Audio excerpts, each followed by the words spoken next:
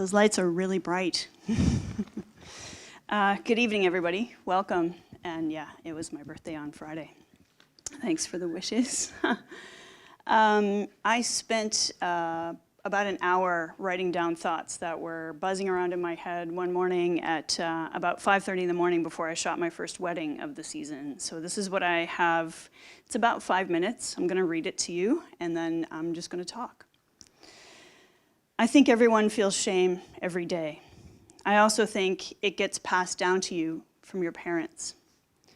Shame is defined as an unpleasant, self-conscious emotion typically associated with a negative evaluation of the self. Withdrawal motivations and feelings of distress, exposure, mistrust, powerlessness, and worthlessness. Those are a lot of big words, eh? Is everyone familiar with Brené Brown? Yeah, nice, good. I'm glad to hear that. She's dedicated her career to researching shame. One of the brilliant links that she has found is between shame and vulnerability. Shame gets canceled out when you can find a way to become authentically vulnerable. Brené has a Netflix special, and I highly recommend taking the time to watch it. She's great. This has been a year of struggling with shame for me. I've had 5 deaths in my life, a fallout with my brother that has no sign of mending, and surgery that meant I had to make a career transition. My most recent period of shame came from quitting a job at a coffee shop because I got an interview with a company that I really wanted to work for. I got really cocky. I didn't get that job, and I no longer have that coffee shop job. I'm a photographer who's worked as a commercial photo assistant. I got hurt, had surgery, and now have had to figure out a different way to do what I love. All of these journeys have produced the feeling of shame for me because there are very few people in my life that I trust enough to be vulnerable enough to tell them exactly how I feel. I wanted to share my story today so that I could maybe help someone stop feeling shame and reach out, because when I've done that, I've become alive again. Grief and shame, I feel, are very closely related. I lost my 25-year-old nephew a year ago to a fatal car crash. A few months later, I lost a friend to a brain aneurysm. The next month, a friend to stomach cancer. The next month, my stepfather to Alzheimer's. And this past May, my father also to Alzheimer's. I was doing okay until my paternal father passed. I was very close with him during my first 5 years, and when he passed, I could feel the tether break. Something had severed, and I became painfully aware that I could no longer just soldier on through the grief anymore. I had to face it head on. Sharing my journey with you today is part of that journey. My parents split when I was 5. Both went on to remarry wonderful people. I was very lucky. My father had a son who moved here to Vancouver 3 years ago, and we began a relationship. It broke at one point within the first year. I let a little bit of time pass, sent a text to him that said, "I'm your sister, and I love you." He's an only child, aside from me. He grew up an only child.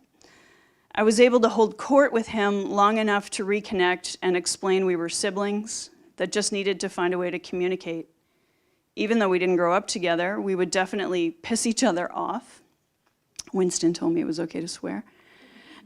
Just because of commonalities created by DNA. And even though you don't grow up with somebody, you are very much related and have a lot in common. I let him know that I felt the key to that was communication. That worked again for another year until after another fallout happened. This time, the fallout came with a 5-page email of things he'd been storing up that I had done wrong.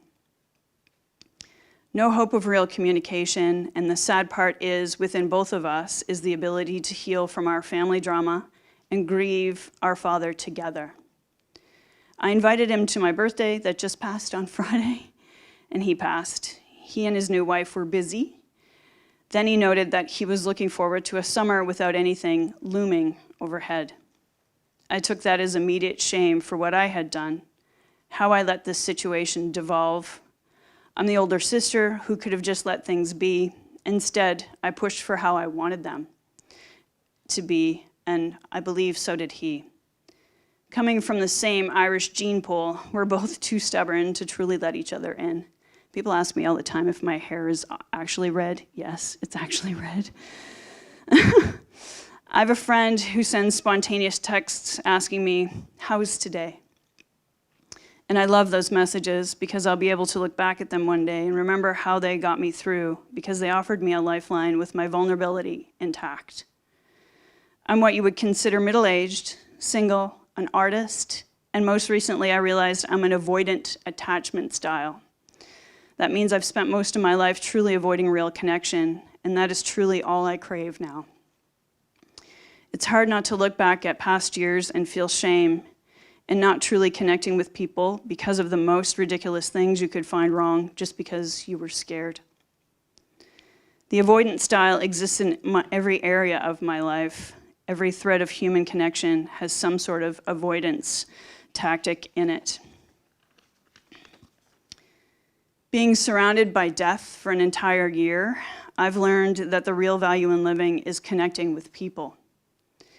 Not your earnings or belongings, it's people we are at heart designed to connect. So today I choose to connect with you this way and share my story of shame for this past year. I hope that me being here and being vulnerable with you can help you in some way be vulnerable in an area of your life that will connect or reconnect you with something or someone you love. So with that, I just wanted to talk a little bit about, I did a lot of research before I put this together, even though the words came out at 5:30 in the morning before my first wedding of the season, because I was very nervous. I haven't shot a lot of weddings. I listened to a lot of Brené Brown. I've read pretty much all of her books, and the one thing that really sort of stuck with me that I wanted to mention today that she talks about a lot is being in the arena. Right? I'm getting some nods. People understand. If you've seen her, listened to her, you understand what that means, right?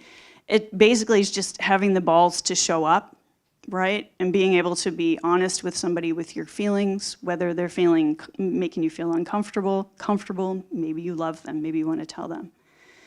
And I just think that if more of us had enough balls to speak our truth, we wouldn't feel the shame that we do every day.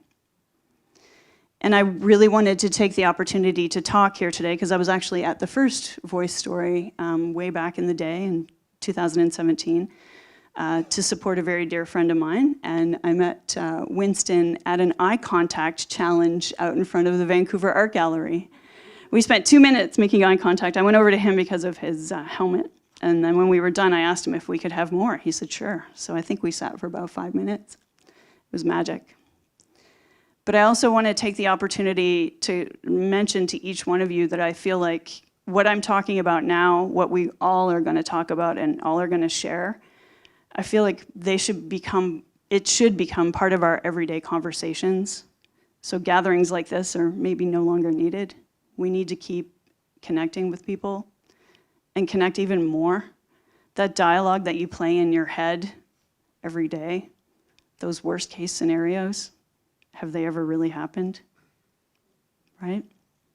So I'd just like you guys to consider that. That's the end of my story. Thanks.